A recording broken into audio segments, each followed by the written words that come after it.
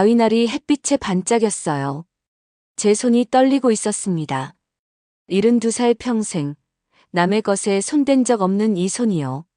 지금 담장을 넘어 남의 집 정원에 서 있었어요. 붉은 장미가 눈앞에 있었습니다. 한 송이만, 딱 한 송이만 잘라가면 됐어요.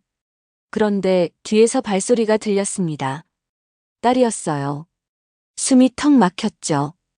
돌아보니 딸아이가 창백한 얼굴로 서 있었습니다. 입이 벌어진 채로요. 마치 세상에서 가장 믿을 수 없는 광경을 본 것처럼요. 딸의 목소리가 갈라졌어요. 지금 뭘 하고 있냐고 정신 좀 차리라고 소리쳤죠. 도둑질이 아니냐고요. 저는 대답할 수가 없었습니다. 뭐라고 설명하죠? 이 꽃이 제 거라고. 이 정원이 제 거라고. 평생 숨겨온 남자가 저를 위해 만든 거라고. 도둑질. 그 단어가 가슴에 박혔습니다. 저는 천천히 가위를 내려놓았어요. 손이 바들바들 떨렸죠. 무릎에 힘이 풀려서 주저앉을 것 같았습니다. 딸이 제 손에서 가위를 빼앗아 갔어요.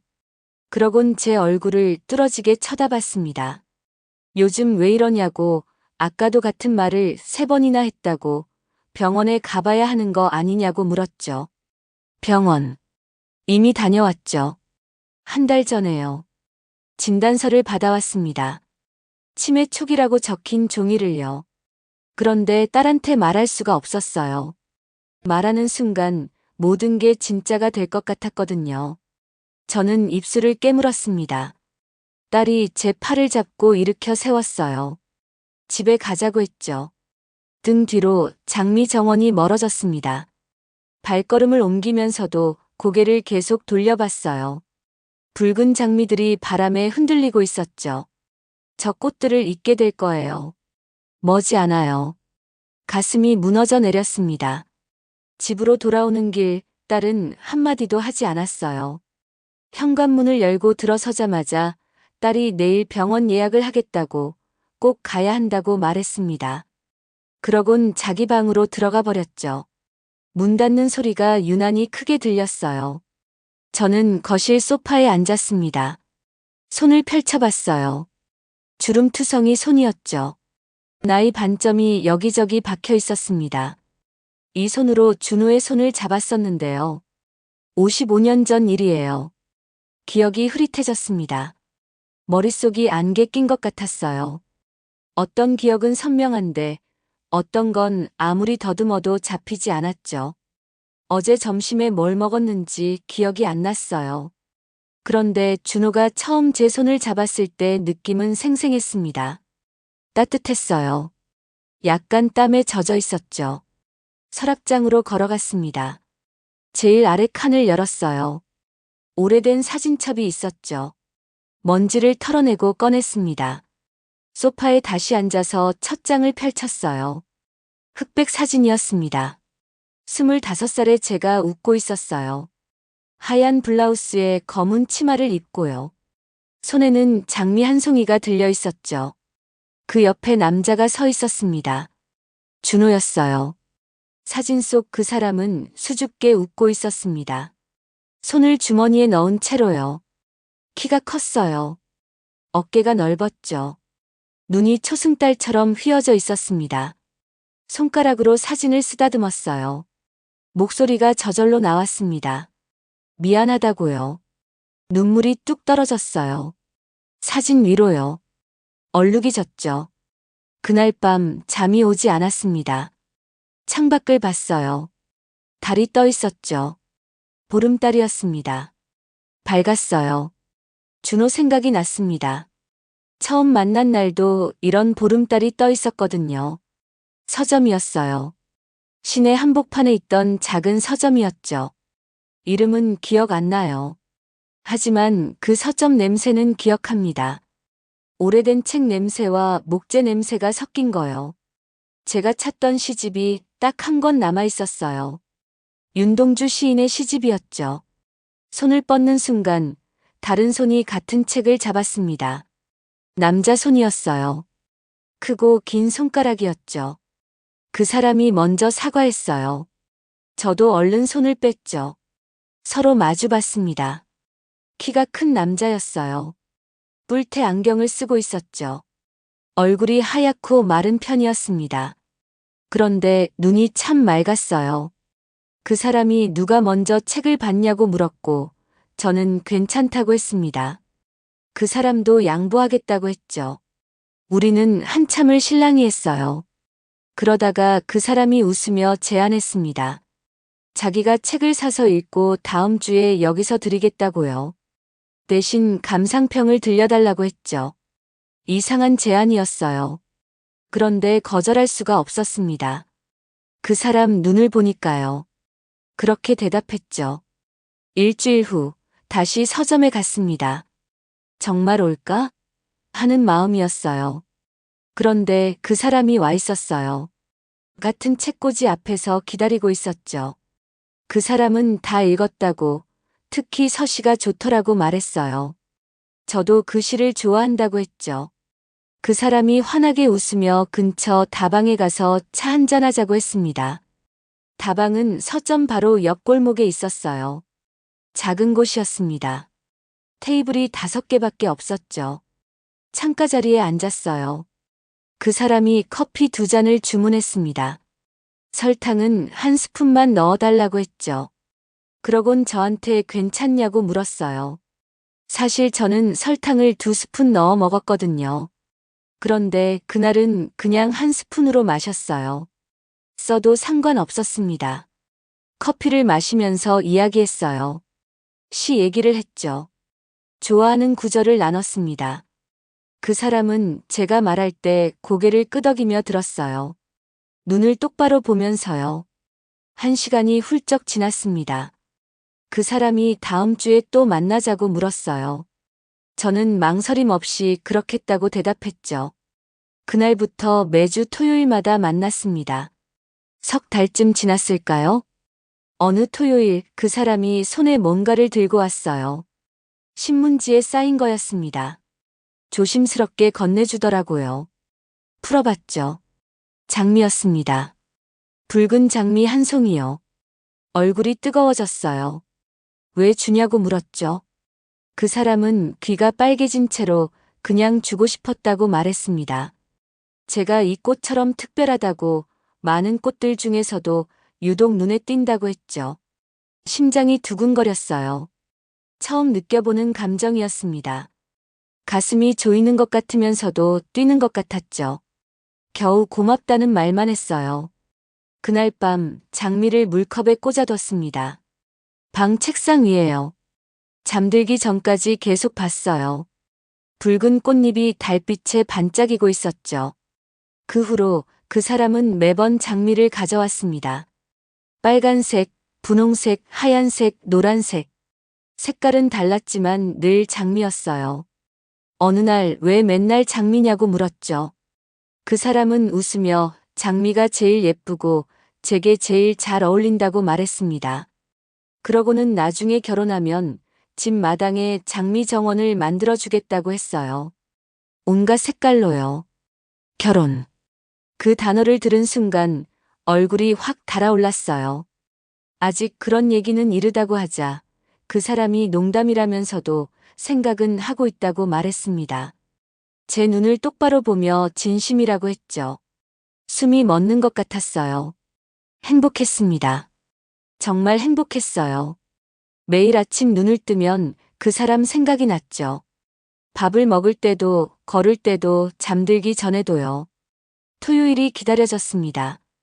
금요일 밤엔 설레서 잠이 안 왔어요. 옷장을 열어 제일 예쁜 옷을 골랐죠. 거울 앞에서 몇 번이고 확인했습니다. 어느 날부터 그 사람을 오빠라고 불렀어요. 이름 대신에요.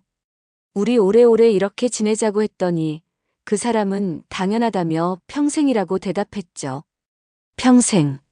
그 약속을 믿었습니다. 의심 없이요. 그런데 세상은 그렇게 호락호락하지 않았어요. 그해 가을이었습니다. 집에 돌아왔더니 집안 분위기가 이상했어요.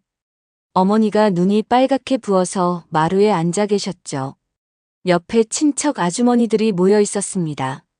무슨 일이냐고 물었더니 어머니는 떨리는 목소리로 아버지가 쓰러지셨다고 말했어요. 병원에 계신다고요. 머리가 하얘졌어요. 어머니는 뇌출혈이라고 수술은 했지만 깨어날지 모른다고 했습니다. 그 순간부터 모든 게 무너지기 시작했습니다. 병원비가 눈덩이처럼 불어났어요. 우리 집은 가난했거든요. 아버지는 동네 구멍가게를 운영하셨죠. 돈이 없었습니다. 어머니는 친척들한테 돈을 빌리러 다녔어요. 고개를 숙이고 빌었죠. 하지만 다들 어렵다고 했습니다. 저는 매일 병원에 갔어요. 아버지는 침대에 누워 계셨습니다. 눈을 감은 채로요. 호스가 온몸에 꽂혀 있었죠. 손을 잡았어요. 차가웠습니다. 대답이 없었어요. 그때 중매 이야기가 들어왔습니다. 동네 슈퍼를 운영하는 집 아들이었어요. 이름은 기억도 안 나요. 만난 적도 없었죠. 친척 아주머니가 어머니한테 조건이 괜찮다고 무엇보다 지금 당장 병원비를 도와줄 수 있다고 말했습니다. 어머니는 아무 말도 하지 않으셨어요. 그냥 고개만 숙이고 계셨죠. 제 방으로 들어와서 이불을 뒤집어 썼습니다. 준호 오빠 생각이 났어요. 내일이 토요일이었죠. 만나기로 한 날이었습니다. 어떻게 말하죠? 뭐라고 설명하죠? 밤새 잠을 못 잤어요. 다음 날 다방에 갔습니다. 준호 오빠가 벌써 와 있었어요. 창가 자리에 앉아서 문을 보고 있었죠. 저를 보자 환하게 웃으며 늦었다고 말했습니다. 앉았어요. 손을 무릎 위에 꼭 쥐었죠. 오빠가 제 얼굴을 들여다보며 무슨 일 있냐고 물었어요. 말이 안 나왔습니다. 오빠가 제 이름을 불렀어요. 떨리는 목소리로 말했습니다. 결혼해야 할 것 같다고요. 커피잔을 들던 오빠 손이 멈췄어요. 무슨 소리냐고 되물었죠. 아버지가 쓰러지셨다고, 병원비가 너무 많이 나온다고 중매가 들어왔는데 그쪽에서 병원비를 도와준다고 말했습니다. 오빠 얼굴이 하얗게 질렸어요. 농담이냐고 물었지만 저는 고개를 저었죠. 오빠는 안 된다며 벌떡 일어나 손으로 머리를 쥐어뜯었습니다. 같이 도망가자고, 우리 둘이서 어디든 가자고 했어요. 그럴 수 없다고 했죠. 오빠 목소리가 커졌어요. 왜 안 되냐고, 아버지 때문에 내 인생을 포기할 거냐고 소리쳤습니다. 다방 안 사람들이 쳐다봤죠. 진정하라고 말했지만 오빠는 진정이 되냐고 되물었습니다. 그러더니 주머니를 뒤져 뭔가를 꺼냈어요. 작은 상자였죠. 테이블 위에 놨습니다. 열어보라고 했어요. 손이 떨렸어요. 상자를 열었죠. 반지가 들어 있었습니다. 작은 다이아몬드가 박힌 은반지요. 오빠는 다음 주에 줄 생각이었다고 청혼하려고 했다고 말했습니다. 눈물이 왈칵 쏟아졌습니다. 오빠는 저랑 결혼하자고, 병원비는 자기가 어떻게든 하겠다고, 대출 받든 뭘 팔든 하겠다고 말했어요. 안 된다고 했습니다. 오빠까지 망가뜨릴 순 없다고요. 오빠는 자기는 상관없다고, 제가 있으면 된다고 말했죠. 미안하다고 고개를 떨구고 울었습니다. 오빠는 한참 동안 아무 말도 하지 않았어요. 그러다가 조용히 물었죠. 그럼 자기는 어떻게 되냐고, 우리는 어떻게 되냐고요. 대답할 수가 없었습니다. 결혼식은 한 달 후였어요. 준비할 시간도 없었죠. 친척들이 다 알아서 했습니다. 신랑을 결혼식 전날 처음 봤어요. 키가 작았습니다. 얼굴이 둥글었죠. 웃을 때 잇몸이 보였어요. 그 사람이 잘 부탁한다고 말했고, 저는 짧게 대답만 했습니다. 그게 전부였어요. 결혼식 당일 아침이었어요. 식장 대기실에서 드레스를 입고 있었죠. 새하얀 드레스였습니다. 거울을 봤어요. 웃고 있지 않은 신부가 비쳤죠. 누군가 문을 두드렸습니다. 하객이 이걸 전해달라고 했다며 뭔가 들어왔어요. 작은 꽃다발이었습니다. 붉은 장미였죠. 메모가 함께 있었어요. 펼쳐봤습니다. 준호 오빠 글씨였어요. 삐뚤빨뚤 흔들린 글씨였죠. 행복하라고, 부탁이라고, 그게 자기가 바라는 전부라고, 사랑한다고 적혀 있었습니다. 그 순간 세상이 무너지는 것 같았어요. 주저앉았습니다. 그 자리에서요. 하얀 드레스가 구겨졌죠.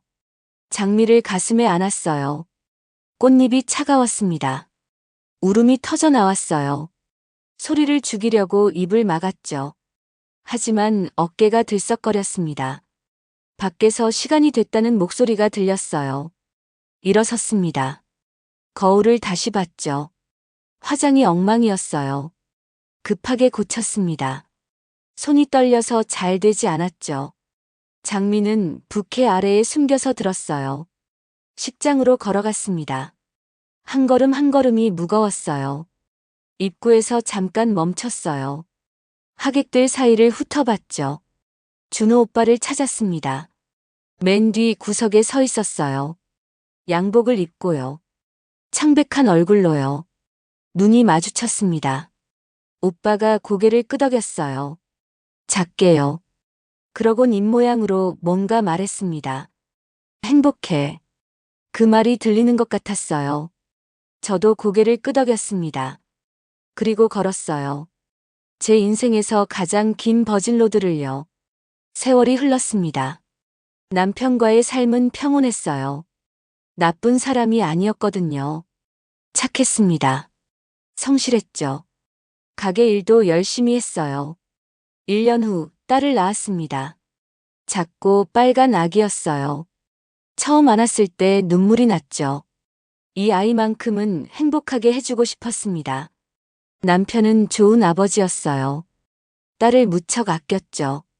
퇴근하면 늘 딸부터 찾았습니다. 가게는 잘 됐어요. 장사가 번창했죠. 동네에서 제일 큰 슈퍼가 됐습니다. 남들이 보기엔 행복한 가정이었을 거예요. 실제로도 불행하지는 않았습니다. 그저 가슴 한구석이 늘 비어 있었을 뿐이죠. 준호 오빠 생각은 애써 지웠어요. 하면 안 되는 생각이었으니까요. 가끔 꿈에 나타났지만 깨고 나면 잊으려 했습니다. 그렇게 살아야 했으니까요. 딸이 20살이 되던 해였어요. 남편이 교통사고로 세상을 떠났습니다. 갑작스러웠죠. 장례를 치르고 혼자가 됐습니다. 그때부터였어요. 잊었던 기억들이 하나씩 돌아오기 시작한 게요. 밤마다 서랍장을 열어 오래된 사진첩을 꺼내봤습니다. 준호 오빠와 함께 찍은 사진들을요. 손가락으로 사진을 쓰다듬었어요. 흑백 사진 속 젊은 날의 우리가 웃고 있었죠. 5년 전이었습니다. 동창회에 갔어요. 50년 만이었죠. 사람들이 모여 있었습니다. 다들 늙어 있었어요. 누군지 알아보기 힘들었죠. 구석에서 혼자 서 있는 사람이 눈에 띄었습니다. 키가 큰 남자였어요. 머리는 하얗게 새고 허리가 굽어 있었죠. 뿔테 안경을 쓰고 있었습니다. 심장이 쿵 하고 내려앉았어요. 준호 오빠였습니다. 다가갔어요. 다리가 떨렸죠. 오빠도 저를 봤습니다. 눈이 커졌어요. 서로 한참을 쳐다만 봤습니다. 오빠가 먼저 입을 열었어요. 제 이름을 부르며 맞냐고 물었죠. 오래간만이라고 대답했습니다. 어색했어요. 무슨 말을 해야 할지 몰랐죠. 결혼은 했냐고 물었더니 오빠는 고개를 저으며 안 했다고 못했다는 게 맞다고 말했습니다. 가슴이 철렁했어요. 왜냐고 물으려다가 말았어요. 대신 오빠가 제게 물었죠. 저는 어떻게 됐냐고요. 남편은 돌아가셨다고 5년 전에 그랬다고 말했습니다. 침묵이 흘렀습니다. 서로 할 말이 너무 많았지만 동시에 아무 말도 할 수 없었어요. 오빠가 조용히 말했습니다. 그때 반지 아직 가지고 있다고요. 미안하다고 말했어요. 그게 제가 할 수 있는 전부였습니다. 그 후로 가끔 연락했어요. 전화로요. 깊은 이야기는 하지 않았습니다.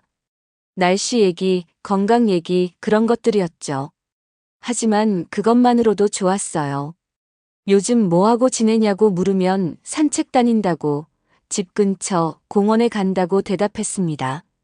거기 장미 정원이 있다고 했죠. 오빠도 거기 가끔 간다고, 장미를 보면 제 생각이 난다고 말했어요. 그런 대화들이었습니다. 작년 가을이었어요. 준호 오빠한테서 전화가 왔습니다.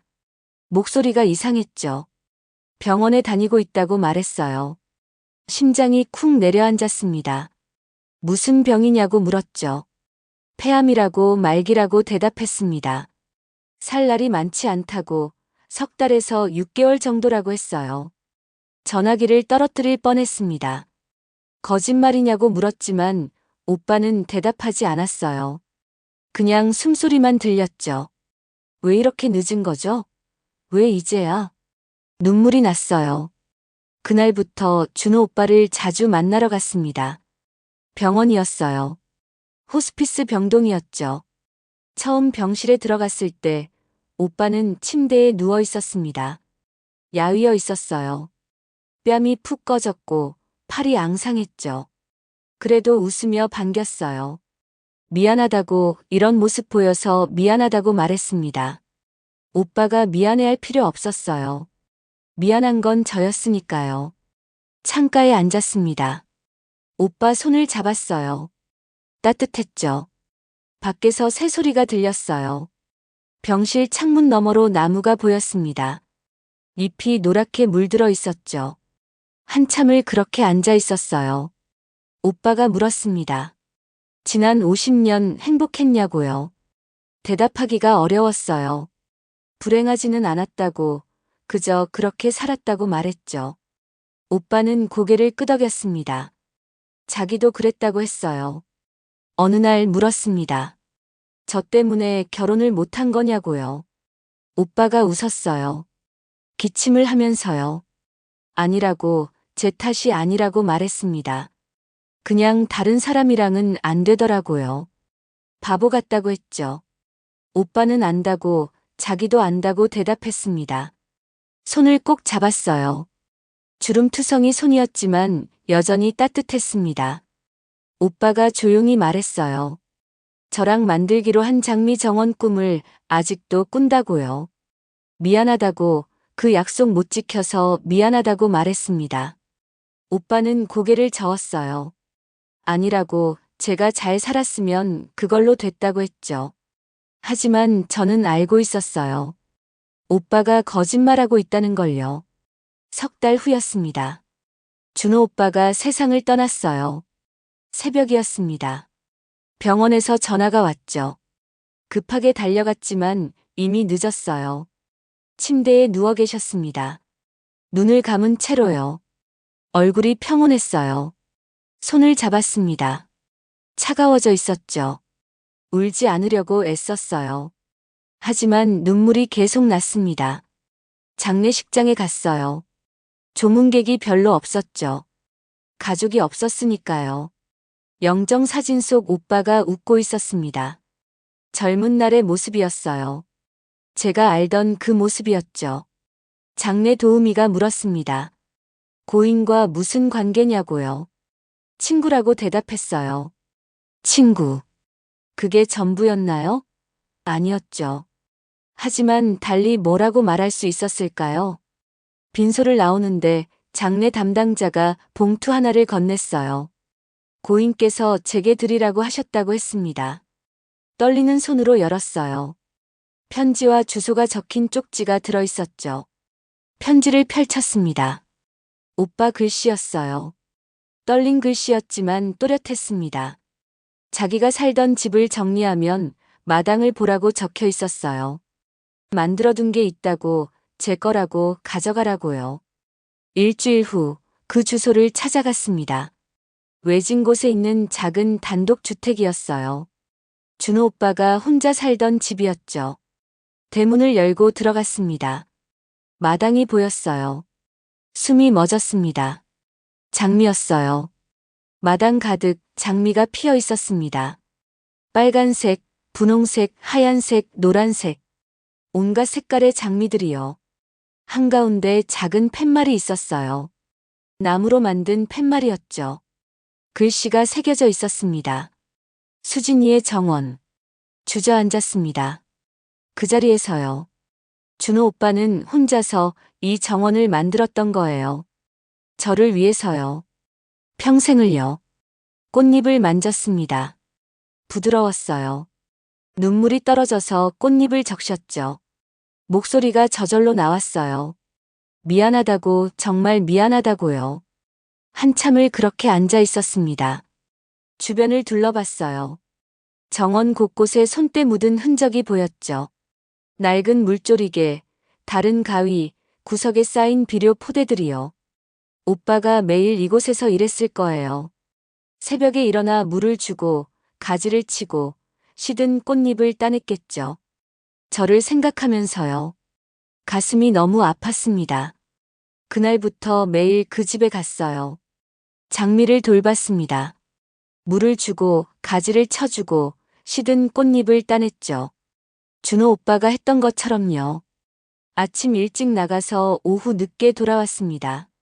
딸이 어디 다녀오냐고 물었어요. 산책 다녀온다고 대답했죠. 매일이냐고 물었고 그렇다고 했습니다. 말할 수가 없었어요. 이 정원 이야기를요. 준호 오빠 이야기를요. 정원에서 시간을 보내는 게 평화로웠습니다. 장미들 사이에 앉아 있으면 오빠가 옆에 있는 것 같았어요. 바람에 꽃잎이 흔들릴 때마다 오빠가 속삭이는 것 같았죠. 잘 지냈냐고요. 보고 싶었다고요. 사랑한다고요. 그렇게 몇 달이 지났어요. 어느 날 병원에 갔습니다. 몸이 이상했거든요. 자꾸 깜빡했어요. 어제 한 일이 기억 안 났죠. 같은 말을 반복한다는 소리도 들었고요. 검사를 받았습니다. 여러 가지 검사를요. 일주일 후 결과를 들으러 갔어요. 의사 선생님이 심각한 표정으로 앉아 계셨습니다. 앉으라고 했어요. 진단서를 건넸죠. 치매 초기 단계라고 적혀 있었습니다. 의사 선생님이 설명했어요. 기억력이 점점 떨어질 거라고요. 가까운 기억부터 잊게 될 거라고요. 지금부터 관리를 잘 해야 한다고 했습니다. 고개를 끄덕였어요. 그런데 귀에 하나도 안 들어왔습니다. 병원을 나왔어요. 버스 정류장 벤치에 앉았습니다. 다리에 힘이 쭉 빠지더라고요. 하늘을 올려다봤어요. 구름 한 점 없이 맑았습니다. 이렇게 맑은 날에 제 인생에 먹구름이 드리운 거죠. 손을 봤어요. 떨리고 있었습니다. 잊게 되는 거예요. 준호 오빠를요. 장미 정원을요. 그 모든 기억들을요. 안 돼. 그건 안 됐어요. 집에 돌아와서도 아무한테 말하지 못했습니다. 딸한테도요. 혼자 방에 앉아 생각했어요. 어떻게 해야 하죠? 어떻게 하면 이 기억을 지킬 수 있죠? 문득 생각이 떠올랐습니다. 쓰는 거예요. 다 쓰는 거죠. 준호 오빠와의 모든 순간을요. 이 정원이 생긴 이유를요. 그래서 기억이 완전히 사라지기 전에 딸한테 물려주는 거예요. 서랍장을 열었습니다. 새 공책을 꺼냈어요. 펜도 준비했죠. 첫 장을 펼쳤습니다. 한참을 생각했어요. 뭐부터 쓰죠? 처음부터요. 맨 처음부터요. 펜을 들었습니다. 떨리는 손으로 첫 문장을 썼어요. 25살 봄에 한 남자를 만났습니다. 그렇게 시작했죠. 매일 밤 썼습니다. 딸이 잠들고 나면 책상에 앉아 공책을 펼쳤어요. 서점에서 만난 날을 썼습니다. 다방에서 커피를 마신 날을요. 처음 장미를 받은 날을요. 아버지가 쓰러진 날도 썼어요. 중매 이야기가 들어온 날도요. 다방에서 마지막으로 만난 날을 쓸 때는 눈물이 났습니다. 손이 떨려서 글씨가 흔들렸죠. 결혼식 날도 썼습니다. 하얀 드레스를 입고 준호 오빠가 보낸 장미를 들고 걸었던 그날을요. 그 후에 삶도 썼어요. 남편과의 평온한 시간들을요. 딸을 낳았던 날을요.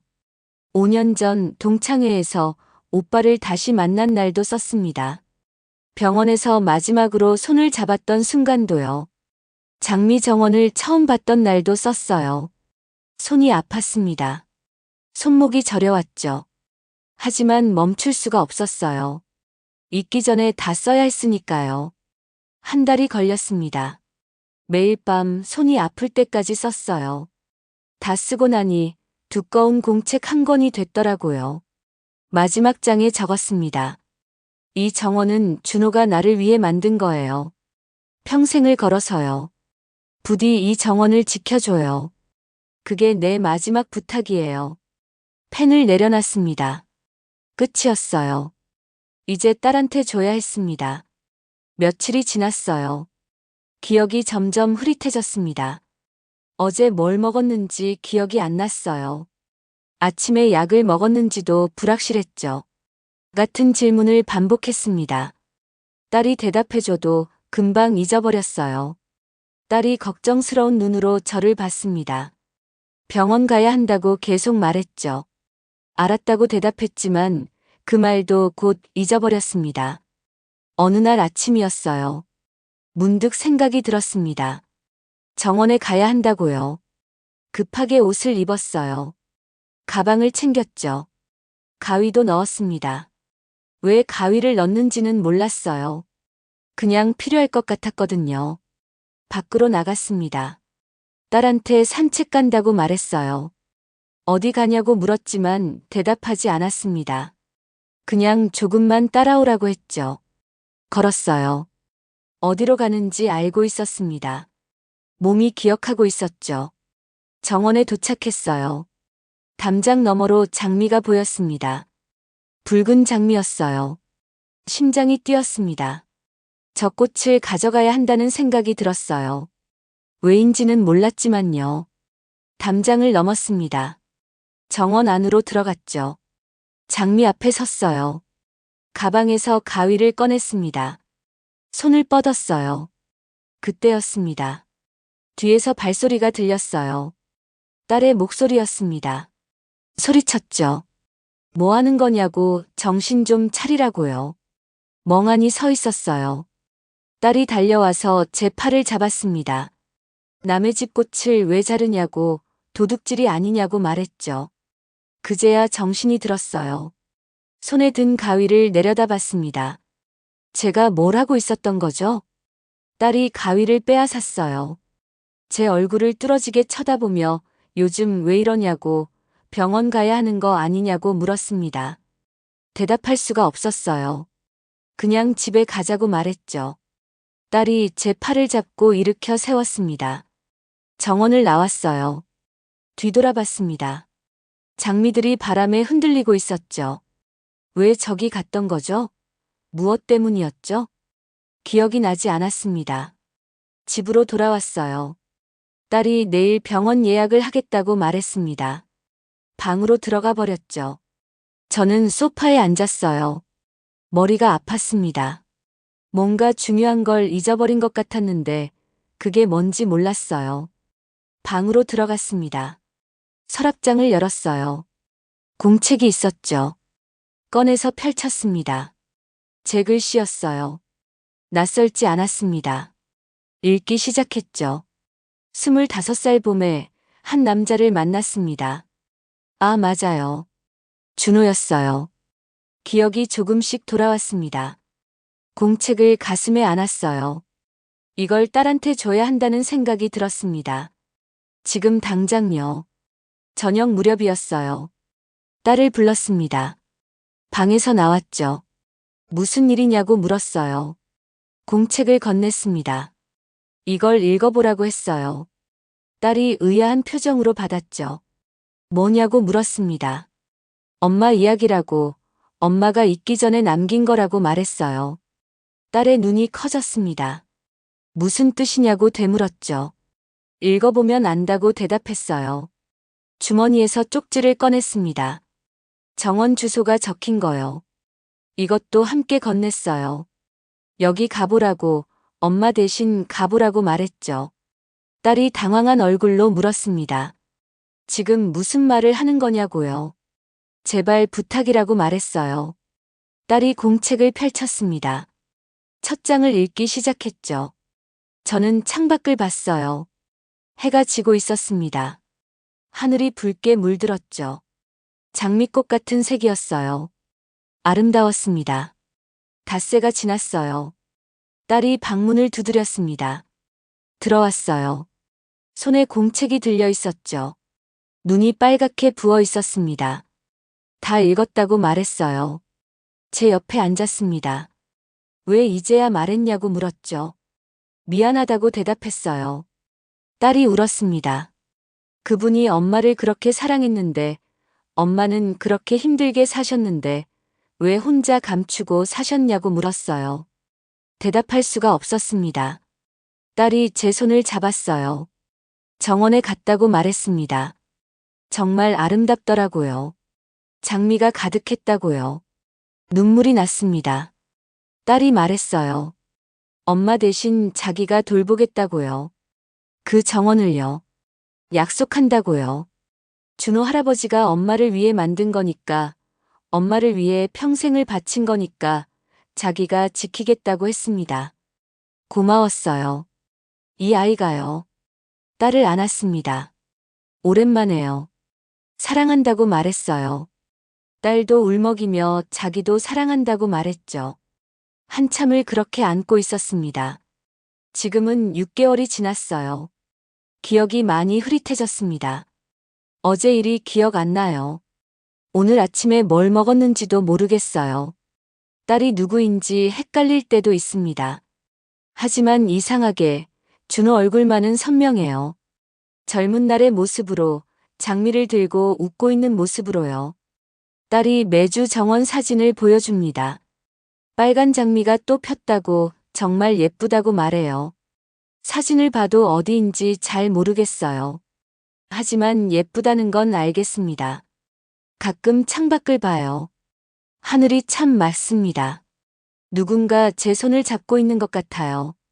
따뜻한 손이에요. 준호일까요? 잘 모르겠어요.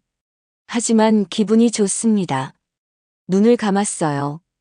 바람이 불어옵니다. 꽃향기가 나는 것 같아요. 장미 향기요. 미소가 지어집니다. 어디선가 목소리가 들려요. 잘 살았다고요. 수고했다고요. 사랑한다고요. 고개를 끄덕였어요. 나도요. 나도 사랑했어요. 평생을요.